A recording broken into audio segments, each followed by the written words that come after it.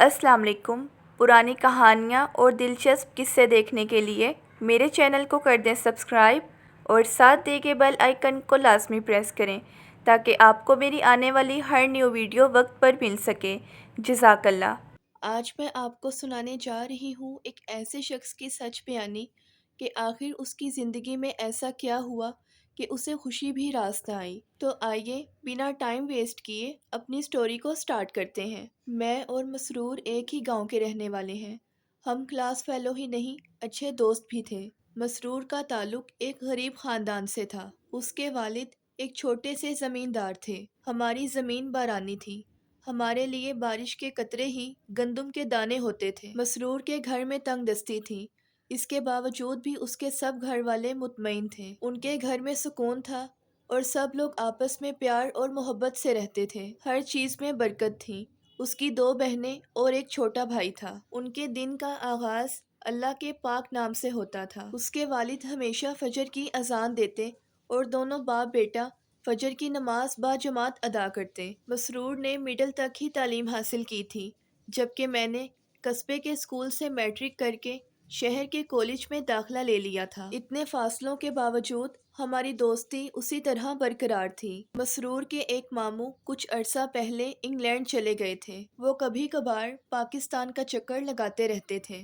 مسرور کی بھی یہ خواہش تھی کہ وہ بھی انگلینڈ چلا جائے اور وہاں جا کر ڈھیروں دولت کمائے۔ اس نے اس خواہش کا اظہار اپنے ماموں سے بھی کیا، لیکن اس وقت انہوں نے اس بات پر کوئی دھیان نہ دیا۔ مگر بعد میں جب مسرور کی شادی اسی ماموں کی بیٹی سے ہو گئی تو انہوں نے مسرور کے لیے انگلینڈ میں نوکری کی کوشش شروع کر دی۔ بالآخر مسرور انگلینڈ چلا گیا۔ مسرور اس روز بہت خوش تھا۔ اس کے ماموں نے اسے اسی فیکٹری میں ملازم کرا دیا جہاں وہ خود نوکری کرتے تھے۔ یوں ہی 5 سال گزر گئے۔ مسرور کو برطانیہ کی شہریت مل گئی تو اس نے اپنی بیوی اور بچوں کو بھی وہاں ہی بلوا لیا۔ وہ 2 بیٹیوں اور ایک بیٹے کا باپ بن چکا تھا۔ میں تعلیم مکمل کر کے ایک سرکاری ادارے میں جاب کرنے لگا تھا۔ مسرور سے خط و کتابت ہوتی رہتی تھی، کبھی کبھار فون پر بھی بات ہو جاتی تھی۔ وہ بہت ہی خوش تھا کہ اس کی زندگی نہایت ہی پرسکون طریقے سے گزر رہی تھی۔ پہلے تو وہ ماموں سسر کے ساتھ ہی رہتا تھا، مگر اب اس کا اپنا گھر تھا، کیونکہ اسے زندگی گزارنے کے لیے ہر شے میسر تھی۔ اس کے بچے بھی تعلیمی اداروں میں داخل ہو گئے تھے۔ جب کبھی میری اس سے فون پر بات ہوتی تو وہ کہا کرتا تھا، اکرم یار، زندگی گزارنے کا مزہ تو انگلینڈ میں ہے۔ میں خوش قسمت ہوں کہ یہاں آ گیا۔ اگر میں پاکستان میں رہتا تو وہاں بکریاں چرا رہا ہوتا۔ میں اس سے جواب دیتا، نہیں مسرور، ایسا نہیں ہے۔ محنت اور لگن سے کام کرو تو اپنا وطن ہی جنت ہے۔ مجھے دیکھو، میں نے محنت کی ہے اور اب گریڈ 18 کا ملازم ہوں۔ میری زندگی بھی تو سکون سے گزر رہی ہے۔ میرا جواب سن کر وہ بات کا رخ موڑ دیتا اور کہتا، کبھی آؤ نا انگلینڈ۔ میں اس سے کہتا، ہاں ضرور آؤں گا، مگر صرف سیر کرنے کے لیے۔ یہ کہہ کر میں بات ختم کر دیتا۔ کچھ عرصہ یوں ہی گزرا، پھر آہستہ آہستہ مسرور سے میرا رابطہ کم ہوتے ہوتے بالکل ہی ختم ہو گیا۔ میں بھی مصروف ہو گیا اور اس کا فون نمبر بھی بدل گیا اور وہ کافی عرصے سے پاکستان بھی نہ آیا۔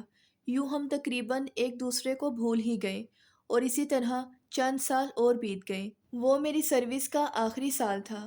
1 سال کے بعد میں نے ریٹائر ہو جانا تھا کہ مجھے ادارے کی طرف سے ایک سرکاری ڈیلیگیشن کے ساتھ ایک کانفرنس میں شرکت کرنے کے لیے انگلینڈ جانے کا موقع ملا۔ وہاں پہنچ کر مجھے مسرور کی یاد آئی، مگر میرے پاس نہ اس کا ایڈریس اور نہ ہی فون نمبر تھا، اس لیے اس سے ملاقات ناممکن تھی۔ لہٰذا اس خیال کو میں نے دل سے نکال دیا اور اپنے کام میں ہی مگن رہا۔ کانفرنس ختم ہوئی تو ہمارے پاس 1 ہفتہ باقی تھا جو ہم نے سیر و تفریح میں گزارنا تھا۔ مانچسٹر کے ایک پارک میں میری نظر اچانک مسرور پر پڑ گئی۔ وہ مسرور ہی تھا۔ اس نے ڈھیلا ڈھالا پینٹ کوٹ پہن رکھا تھا۔ اس کی قمیض کا کالر یہ بتا رہا تھا کہ اس نے کئی دنوں سے کپڑے تبدیل نہیں کیے، جبکہ اس کی آنکھیں یہ بتا رہی تھیں کہ وہ 3-4 دن سے سویا بھی نہیں۔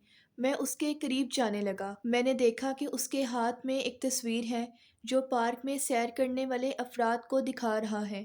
میرا تجسس مجھے اس کے اور بھی قریب لے گیا۔ میں نے دیکھا کہ وہ ہاتھوں میں اٹھائی ہوئی تصویر ایک ایک شخص کو دکھا کر پوچھ رہا تھا، بھائی آپ نے اس بچی کو تو نہیں دیکھا؟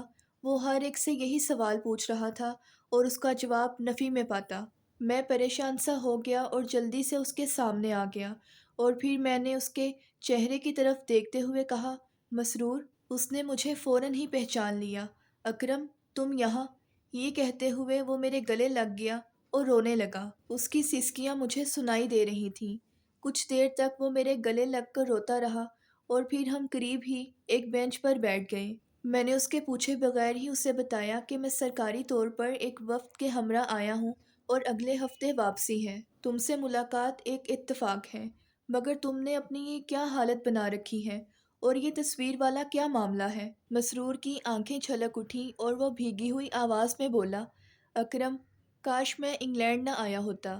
پاکستان کی غربت ہی اس سے بہتر تھی۔ کیوں؟ کیا ہوا؟ تم مجھے اپنا دکھ سناؤ تو صحیح، میں نے ہمدردانہ لہجے میں بولا۔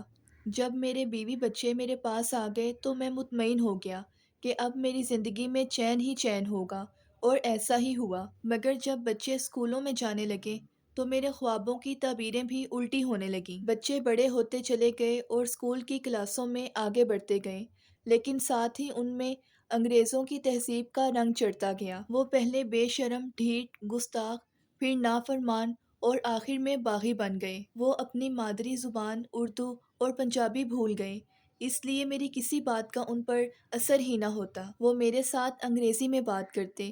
ان کی سوچ، فکر، انداز، طور طریقے، ہر شے بدل گئی۔ یہاں کا قانون بھی بہت سخت ہے۔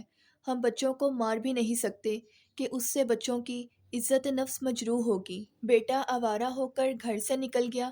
معلوم ہوا کہ اسے نشے کی لت پڑ گئی ہے اور وہ کسی گروہ کے ساتھ مل کر دنیا کی سیاحت کے لیے روانہ ہو گیا ہے، اور وہ ابھی تک نہیں واپس لوٹا۔ نہ جانے وہ کہاں ہے، زندہ بھی ہے یا مر گیا۔ میرے بیٹے نے تو میرا بازو بننا تھا، میرے بڑھاپے کا سہارا بننا تھا۔ بڑی بیٹی کی شادی میں نے اپنے رشتہ داروں میں کر دی ہے۔ لڑکا نہایت شریف اور سیدھا سادہ ہے۔ میں نے اسے پاکستان سے یہاں بلوایا ہے۔ میری ایک کزن کا بیٹا ہے، وہ بھی غریب ہے، اور وہ بھی میری طرح انگلینڈ کے خواب دیکھا کرتا تھا اور پھر یہاں چلا آیا، لیکن اب وہ روزانہ میری بیٹی کے ہاتھوں رسوا ہو رہا ہے۔ وہ اسے ڈانٹتی ہی نہیں بلکہ مارتی بھی ہیں۔ روزانہ ان کی لڑائی ہوتی ہے اور میں یہ تماشا بے بسی سے دیکھتا ہوں۔ اس سے چھوٹی بیٹی یہ ہے، اس نے تصویر میری طرف بڑھاتے ہوئے کہا۔ اب اس کے بارے میں تمہیں کیا بتاؤں؟ اگر خودکشی حرام نہ ہوتی تو میں خودکشی کر لیتا۔ شاید میں بزدل ہوں جو موت کو گلے لگانے سے ڈرتا ہوں۔ شاید میں اتنا بے شرم ہوں جو دنیا کو اپنا تماشا دکھا رہا ہوں۔ ایسے باپ تم نے بہت کم ہی دیکھے ہوں گے جو خود ہی تماشا ہو اور تماشائی بھی ہو۔ یہ میرے اندر کا رد عمل ہے۔ میں دنیا والوں اور خاص کر اپنے ہم وطنوں کو یہ بتانا چاہتا ہوں کہ ہر چمکتی چیز کو سونا مت سمجھو۔ یہاں کی روشنیوں، رنگوں اور جگمگاتی زندگی کی تمنا نہ کرو۔ یہ زندگی نہیں، موت ہے، بھیانک موت۔ میں یہی بتانے کے لیے کئی دنوں سے شہر شہر پھر رہا ہوں۔ میں صرف کسی پاکستانی سے ہی اپنی بیٹی کا پتہ پوچھتا ہوں، اپنی وہ لاڈلی بیٹی جسے میں نے اپنی ہی آنکھوں سے ایک گورے کی باہوں میں مدہوش دیکھا تھا۔ شاید ان دونوں نے شراب پی رکھی تھی کہ میری بیٹی، میرے خون نے ہی مجھے پہچاننے سے انکار کر دیا، اور وہ گورا اسے گھر چھوڑ کر چلا گیا۔ میرا تو خون کھول اٹھا، میرے صبر کا پیمانہ لبریز ہو گیا، اور میں نے اس رات اپنی بیٹی کو خوب مارا۔ مجھے اس بات کی پرواہ ہی نہ رہی کہ وہ میرے خلاف پولیس کو بلائے گی۔ وہ مار کھاتی رہی اور الٹا سیدھا بکتی رہی۔ اگلی صبح وہ اٹھی اور گھر سے نکل گئی۔ اسے وہی گورا لینے آیا تھا۔ وہ اس کے ساتھ نہ جانے کہاں چلی گئی۔ نہیں معلوم کہ وہ اس کے ساتھ گرل فرینڈ بن کے رہ رہی ہے یا کہیں اور کسی اور کے ساتھ چلی گئی ہے۔ میں 3 ماہ سے اسے ڈھونڈتا پھر رہا ہوں۔ آخر میں اس کا باپ ہوں، وہ میرا خون ہے۔ اس کی ماں شدید بیمار ہے، وہ اپنی بیٹی کی راہیں دیکھ رہی ہے۔ نہ جانے ہماری بیٹی کس حال میں ہوگی۔ وہ ہماری عزت اور غیرت کو رون کر چلی گئی ہے، اور میں اسے ڈھونڈتا پھر رہا ہوں۔ کاش، اے کاش، میں نے اپنی پاک سرزمین نہ چھوڑی ہوتی۔ کاش میں اپنی دھرتی کی بارانی زمینوں میں ہل چلا کر آسمان کی طرف نگاہیں اٹھا کر دعا کر رہا ہوتا۔ بے شک میری اولاد ان پڑھ رہ جاتی، میری بیٹی کسی سادہ دل دیہاتی نوجوان کی شریک زندگی بن جاتی، تو آج مجھے میری غیرت کا جنازہ نہ اٹھانا پڑتا، جو آج میں اپنے ہاتھوں میں اٹھا کر شہر شہر پھر رہا ہوں۔ یہ سب کچھ کہتے ہوئے مسرور کی آواز بیٹھ گئی اور اس کی آنکھوں سے آنسو گرتے رہے۔ میں خاموش کھڑا اسے دیکھ رہا تھا۔ میں اب بھلا اسے کیا کہتا، اسے کیا دلاسا دیتا، کس طرح اس کے دکھ کا مداوع کرتا۔ میں تو خود وہاں اجنبی مسافر تھا۔ میں چپ چاپ اس کے سلگتے آنسوؤں کا دھواں دیکھتا رہا اور پھر اسے جھوٹی تسلیاں دے کر لوٹ آیا۔ 3 دن بعد میں پاکستان میں تھا، مگر میں مسرور کے غم کو بھولا نہیں تھا۔ اس کا روتا ہوا چہرہ مجھے تڑپا دیتا تھا۔ یوں ہی 1 سال بیت گیا اور میں ریٹائر ہو گیا۔ پھر میں نے کچھ عرصہ آرام کی غرض سے گاؤں میں گزارنے کا ارادہ کیا اور میں گاؤں آ گیا۔ 2 ماہ بعد گاؤں میں مسرور کی وفات کی خبر آ گئی۔ ساتھ ہی یہ بھی پتہ چلا کہ اس کی ڈیڈ باڈی پاکستان لائی جا رہی ہے۔ میں بھی اس دن ایئرپورٹ چلا گیا۔ مسرور کی میت کے ساتھ صرف اس کا داماد آیا تھا، اس کا اپنا کوئی بھی ساتھ نہ تھا۔ اتنی بے حسی دیکھ کر میری آنکھیں بھر آئی تھیں۔ مجھے بہت دکھ ہوا تھا کہ میرا دوست، میرا کلاس فیلو اولاد کا غم لے کر اس دنیا سے چلا گیا۔ اس کے داماد نے بتایا کہ مسرور نے اس سے قسم لی تھی اور وصیت کی تھی کہ اس کی موت کے بعد اسے پاکستان کی مٹی میں دفن کیا جائے۔ یہ اس کے داماد کی سعادت مندی تھی کہ وہ اس کی میت کو پاکستان لے آیا، پھر وہ بھی چند دن بعد انگلینڈ لوٹ گیا۔ کتنا بد نصیب ہے مسرور کہ اس کی قبر پر کوئی فاتحہ پڑھنے والا بھی نہیں ہے۔ کاش اسے اجالے راس آ جاتے تو وہ اتنی بے کسی کی موت نہ مرتا۔ اگر آپ کو میری آج کی یہ سٹوری پسند آئی ہے تو ویڈیو کو لائک اور چینل کو سبسکرائب کرنا مت بھولیے گا۔ ملتے ہیں نیکسٹ ویڈیو میں، تب تک کے لیے اللہ حافظ۔